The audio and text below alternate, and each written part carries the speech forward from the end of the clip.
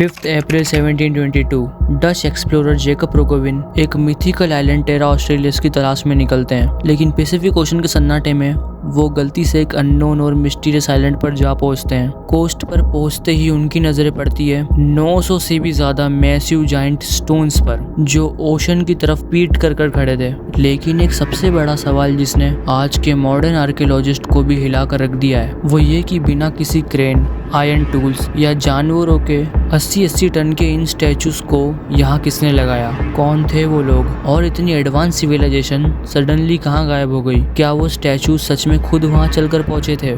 आओ जानते हैं आज की इस वीडियो में the unknown mystery of Easter island.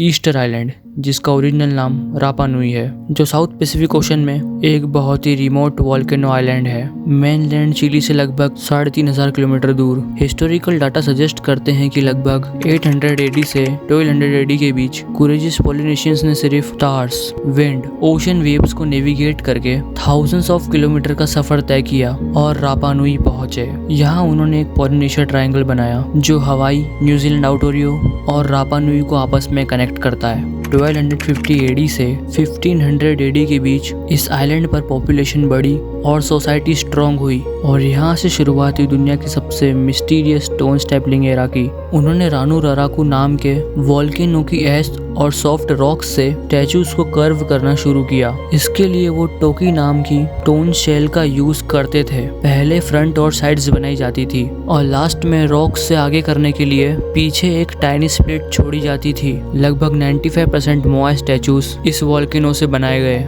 लेकिन इन स्टैचूज के हेड पर रखी ये रेड कलर की हेड्स कहाँ से आई?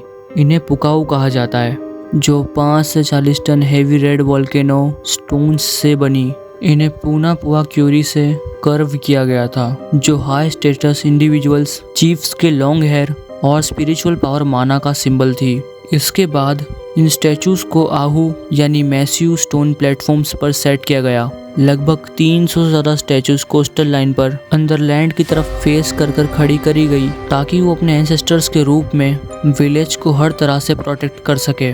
लेकिन सबसे बड़ा क्वेश्चन अब भी खड़ा था, बिना व्हील्स और बिना एनिमल्स के 80-80 टन के इन मैसिव स्टैचूज को आइलैंड के अलग अलग हिस्सों तक कैसे पहुंचाया गया? रापा नुई के लोग मानते थे कि ये स्टैचूज कोई नॉर्मल स्टैचूज नहीं है, बल्कि ये खुद चलकर अपनी जगह पर पहुंचे थे। ये बात सुनने में एक मिथ लगती थी, जब तक कि नेशनल जियोग्राफी के साइंटिस्ट टेरा हंट और कार्ल स्लिपो ने एक शॉकिंग एक्सपेरिमेंट नहीं किया।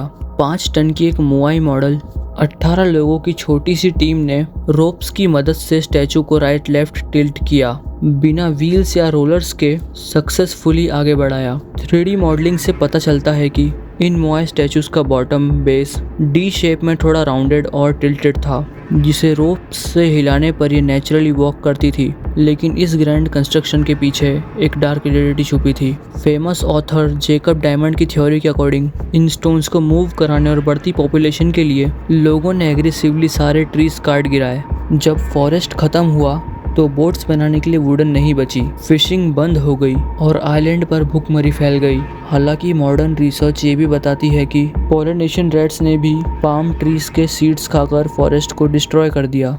जब आइलैंड पर डिजास्टर आया तो लोगों ने स्टैचूज से हेल्प मांगी, लेकिन जब स्टैचूज ने कोई जादू नहीं दिखाया तो लोगों का उन पर से ट्रस्ट टूट गया। कैनल्स में सिविल वॉर शुरू हो गए और उन्होंने खुद अपनी बनाई मोआई स्टैचूज को गिराना शुरू कर दिया। इस डिस्ट्रक्शन के बीच बर्थ हुआ एक नए ट्राइबल रिलीजन का, बर्डमैन कल्ट यानी टंगाटा मानो। अब लीडर कोई बर्थ से नहीं बनता था, बल्कि एक डेंजरस कंपटीशन से चूज होता था। हर कैनल का सबसे स्ट्रॉन्ग वॉरियर 300 ऊंची शेल्फ से जंप करके खुले ओशन में 1.5 किलोमीटर स्विम करके मोटुनुई नाम के एक छोटे से आइलैंड पर जाता था। वहाँ हफ्ते गुजार के जो सोटी टर्न बर्ड का पहला एग ढूंढ कर लाता, तो उसके कैनल के चीफ को 1 साल के लिए टंगाटा मानू यानी बर्डमैन का दर्जा मिलता था और पूरे ईस्टर आइलैंड के रिसोर्सेज पर 1 साल का फुल राइट। 1 साल बाद कंपटीशन फिर होता था। जब 1774 में कैप्टन जेम्स कुक इस आइलैंड पर पहुंचे तो उन्होंने अपनी डायरी में लिखा कि ये ब्यूटीफुल आइलैंड एक बैरन लैंड में कन्वर्ट हो चुका था। स्टैचूज जमीन पर टूटी पड़ी थी और लोग स्टारवेक्शन से जूझ रहे थे। लेकिन इस सिविलाइजेशन का फाइनल और सबसे पेनफुल एंड नेचर ने नहीं बल्कि ह्यूमन क्रूरलिटी ने किया। 1862 से 1863 के बीच पेरू से आए स्लेव शिप्स ने अटैक करके किंग और इंडिविजुअल समेत 1500 से 2000 लोगों को फोर्सफुली माइंस में काम करने के लिए किडनैप कर लिया गया। जब 1860s में कुछ गिने चुने लोग वापस लौटे तो वो अपने साथ स्मॉल पॉक्स जैसे डेडली यूरोपियन डिजीजेस साथ लेकर आए। 1877 आते आते सिर्फ 111 लोग ही अलाइव बचे थे। उनकी लैंग्वेज, उनकी स्क्रिप्ट रोंगो रारागो और उनकी स्टोरीज हमेशा के लिए गायब हो गई। 1888 में ये आइलैंड ऑफिशियली चिली का पार्ट बन गया, लेकिन रापा न्यू के रिमेनिंग सर्वाइवर्स ने वापस रिकवर किया। आज मॉडर्न टाइम में अराउंड 4000 से ज़्यादा वहाँ की पॉपुलेशन है।